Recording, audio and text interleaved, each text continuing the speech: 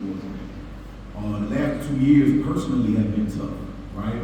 So when you lose your hero, you lose your best friend, you lose your father, like you're getting on planes after games, go see your father, kind of give your brother a relief because my brother stopped working to take care of my dad before he passed away December 24th.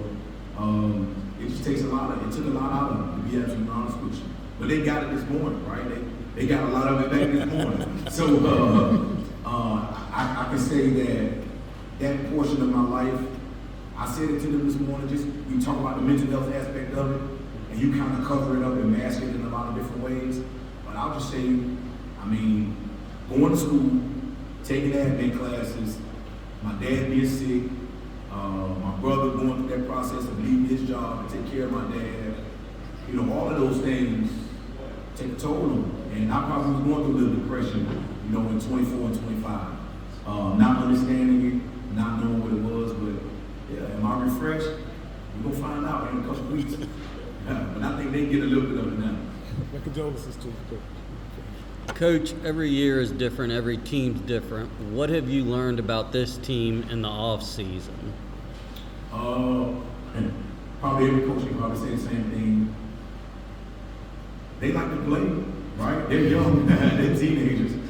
So they have a good time laughing, joking. You don't ever want to minimize that or limit that. What you want to do is learn how to corral it, right? Or harness it the correct way. Never control it. I mean, some things I put blinders on too, because they're 15, 16, 17.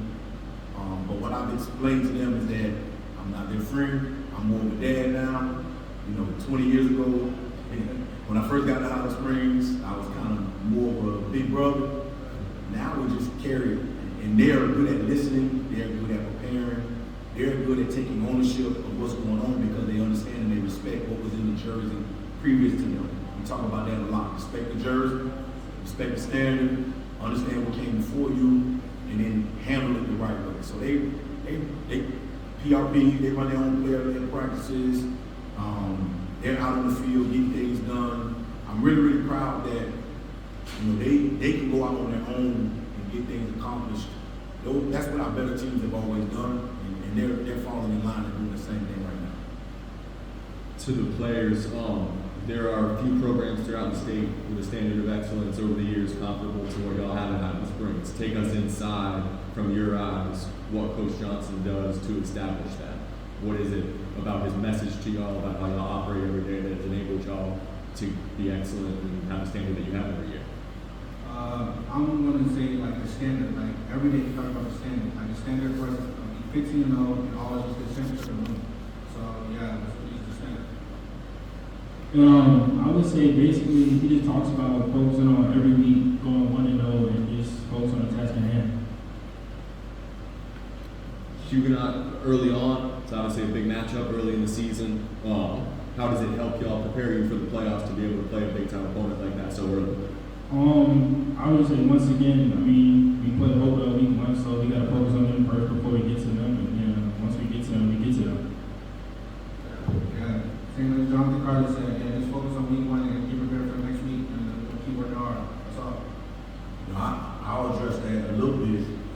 Hopewell has 17 out of 22 starters coming back. He said they're small, but we'll see, right? So you got to focus on the task at hand. It is great to play teams in this area that will play you and teams that have a high level of talent. When them guys walk in the room, they ain't no little guys, right? So we got 3 legitimate Division I football players walking with them today, not knowing what else is in the stable when he gets back. So we're like the guy said, we've been talking about Hopewell. I'm aware of what's going on. It's my job to prepare them and have them prepared for week 1, but it's also my job to be conscientious of what's going on week 2 and week 3 and the rest of the season, right? So I try to keep them focused, but I know what's going on. And it is a big football game. Will be a big football game in the area, but when we travel south on week 3, that's going to be pretty big as well. So I got to make sure I keep them in line, and they got to understand the message of focus on this one, and I'll prepare you for the next one. was here for Highland Spring.